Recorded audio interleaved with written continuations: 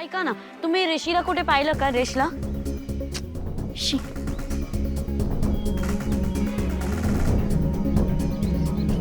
ऐका ना, टॉल ऋषीला कुठे पाहिलं का? ऐका ना, तो टॉल मुलगा ऋषीला कुठे पाहिलं का तुम्ही? ऋष?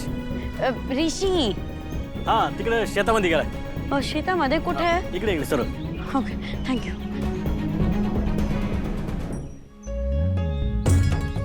तुम्ही इथं आहे त्याचंच मला टेन्शन आहे. सर, तुम्हाला असं वाटतं की नाही मी माझ्या आईसंग जाऊन बोलावं? तसं मला बी वाटतं की तुम्ही तुमच्या आईकडे परत जावं. सर, तुम्ही इथं येऊन राहताय, शेतात कामं करताय, शेण काढताय, कामाचं ठीक आहे. खरं हे सगळं तुम्ही करताय ते तुमच्या आईला कळलं तर त्यासनी काय वाटेल? त्यांचा तरी विचार करा.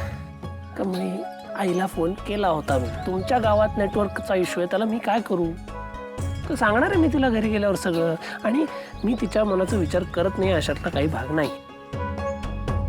तरी बी मला असं वाटतं तुम्ही इथनं जावं. काय आल्यापासून जा लावलंयस कमळी? तुला सांगितलं ना मी, तुला घेतल्याशिवाय मुंबईला जाणार नाहीये म्हणून. मला हवंय तू शिक्षण पूर्ण करावंस मुंबईला येऊन. सर, मी बी तुम्हाला किती वेळ. कमळी, मला तू माझ्या आयुष्यात हवी आहेस.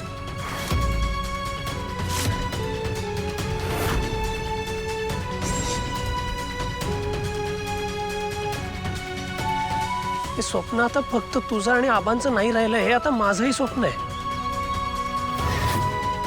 तू आधी घरी जा आणि आईशी बोल. इथे बसलेली दिसलीस ना तर बघ. जा.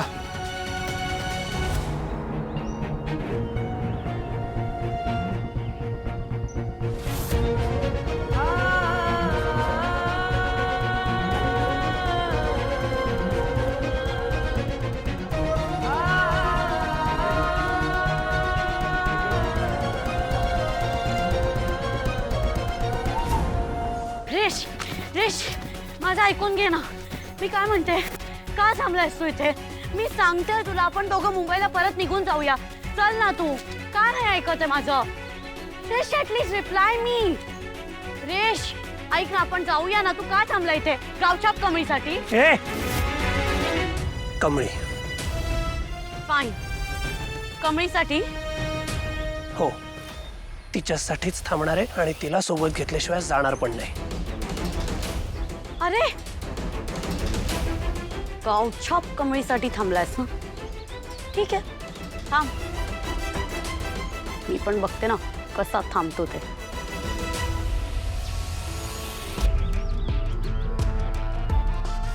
शी यार, इथे नेटवर्कच नाहीये. तर व्हिडिओ नयनतारा आंटीला कसा पाठवू? गॉड. ही कमळी अजून कशी आली नाही? सकाळ धरणं गेली, अजून काय बी पत्त्या नाही. तिनं काय खाल्लं बी नाही, पोटात अन्नाचा कण नाही तिच्या. सरू काकी, तू कशाला टेन्शन घेत बसली आहेस? ऋषी सरासने सांगितलंय ना, मग ते काय बी करून तिला घरला आणतील.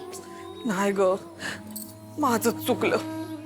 मी खरं तिच्या मागं मागं जायला पाहिजे होतं.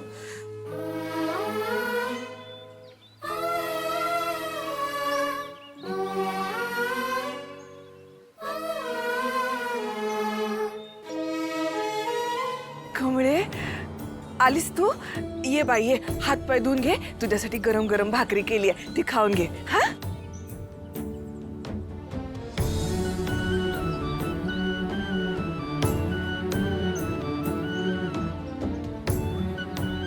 कमळे, अगं असं काय झालं? आय, मी सकाळी तुझ्यावर चिडलो, मला माफ कर ग. त्यात काय एवढं? जे झालं ते झालं. माझं चुकलं ग. तू आजवर काय काय केलंयस माझ्यासाठी आणि मी असं चिडलो. माझा काय बी हक्क नाही बघ असं चिडायचं तुझ्यावर. अगं येडे, असं नाही बोलायचं. आय हाय मी तुझी, आणि पोरीचा आईवर समदा हक्क असतोय. रागवायचा, रुसायचा, चिडायचा, प्रेम करायचा समदा हक्क असतोय. मैत्रीण आहेस ना तू माझी? तुझी निंगी आहे तसं मैत्रीचं नातं आहे ना आपलं. तुझं आणि निंगीचं आहे तसं. काय निंगे? हे अगं, मला बी घ्या की तुमच्या. ये की बघ. की येड्या ग माझ्या पोरी. आई तुळजाभवानी, मला हे नक्की माहिती आहे की यांच्या बाबतीत जे काही घडलं तो अपघात नव्हता, घातपातच होता. केवळ तुझी आमच्यावर कृपा म्हणूनच एवढ्या मोठ्या संकटातून हे वाचले. आणि मला पूर्ण विश्वास आहे की तुझ्याच कृपेने ते यातून बरे सुद्धा होतील. आता मला फक्त या घातपाताच्या मुळाशी जायचंय. 18-19 वर्षांपूर्वी हे आमच्या सुनेला, गौरीला आणि मोठ्या नातीला भेटायला त्यांना घेऊन यायला गावाला गेले होते. तेव्हा त्यांचा अपघात झाला आणि पुन्हा आता त्यांनाच अपघात झाला. मला असं नक्की वाटतंय की या दोन्ही अपघातांचा एकमेकांशी संबंध आहे. नक्कीच आहे. माझी मोठी नात या जगात नाही असं मी स्वतःला पटवत होते, पण हा प्रकार घडल्यानंतर मला असं वाटायला लागलं की काहीतरी आहे, काहीतरी रहस्य आहे जे मला शोधून काढायला हवंय. आणि ते मी शोधून काढेन. आई तुळजाभवानी, तुझा आशीर्वाद असू दे.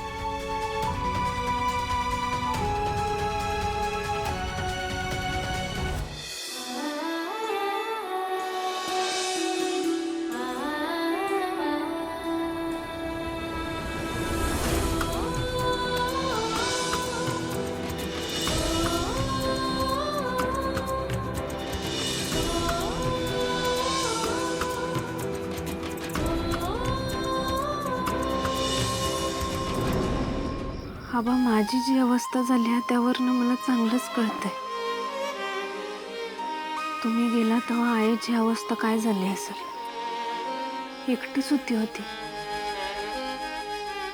आता किमान माझ्या सोबतीला ती तरी आहे, तिचा आधार आहे. खरं आमच्या दोघींचा बी एकमेव आधार तुम्हीच होता. आता आमचं असं हक्काचं म्हणून कुणीच राहिलेलं नाही. आता आम्ही दोघीच आहे एकमेकींना. आबा, मी आईची साथ कवा सोडणार नाही. कायम तिच्या पाठीशी खंबीरपणे उभी राहील. खरं तुमची कमी कायमच भासत राहिलो.